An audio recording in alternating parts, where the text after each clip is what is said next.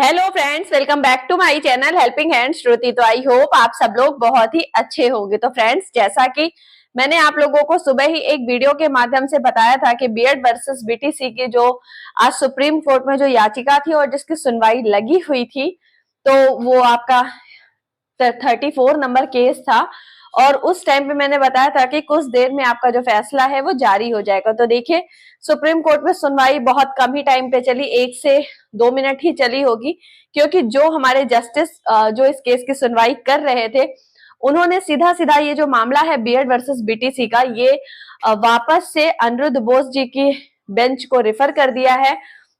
उन्होंने कहते हुए कहा कि ऑलरेडी 11 अगस्त को इस केस की सुनवाई ऑलरेडी हो चुकी है, तो इस वजह से उन्होंने ये वाला जो केस था अनिरुद्ध बोस जी के पास रेफर कर दिया। जैसा कि आप जानते हैं कि इसके पहले गौरव दीपांकर वाले केस का भी यही हुआ कि सीधा सीधा वो केस भी जस्टिस अनिरुद्ध बोस के पास ही रेफर कर दिया गया है। और इसके पहले जो हमारा बिहार सरकार ने जो याचिका दायर करी थी एसएलपी सुप्रीम कोर्ट में कि बीएड को इस प्राथमिक भर्ती में एटलीस्ट शामिल किया जाए, तो वो भी अनिरुद्ध बोस के पास ही हमारा रेफर किया जा रहा था। लेकिन एंड टाइम पे जो बिहार के जो वकील थे, उन्होंने केस अपना वापस ले लिया था।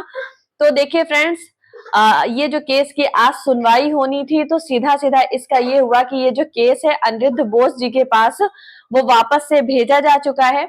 अब इस मामले में सुनवाई कब होगी, इसकी अभी कोई डेट नहीं निकल कर आई है, लेकिन हाँ, ये कहा गया है कि इस मामले की जो सुनवाई है वो आपका दशहरे के बाद होगी। क्योंकि आप भी जानते हैं कि दशहरा आपको 24 अक्टूबर को है, उसके बाद किसी भी वीकडेज पे ये सुनवाई हो सकती है। तो जैसे ही कोई जो डेट है वो लिस्ट होती है, तो मैं आपको अपने चैनल के माध्यम से बताने की पूरी कोशिश करूंगी। तो देखिए, फिलहाल फ्रेंड्स, निकल कर अभी तक तो यही आया है, क्योंकि अभी कोई भी मामला अगर बीएड वर्सेस बीटीसी हमारा जाता है कोर्ट में, तो सीधे सीधे उस पर यह कह दिया जाता है कि इसकी वो अनिरुद्ध बोस के पास वो केस रेफर कर दिया जा रहा है।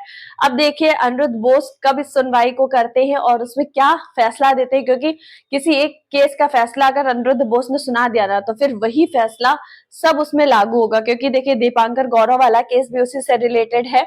तो इस वजह से आप देखिए, क्योंकि दीपांकर गौरव वाले केस की जो सुनवाई है वो तो 30 अक्टूबर को होगी, और इस केस की देखिए कब होती है, 30 अक्टूबर को ही होती है, या फिर ये केस पहले लिस्ट हो जाता है। जैसे ही कोई नई जानकारी लगेगी तो मैं आपको अपने चैनल के माध्यम से बताने की पूरी कोशिश करूंगी। तो फ्रेंड्स, ये था आज का वीडियो।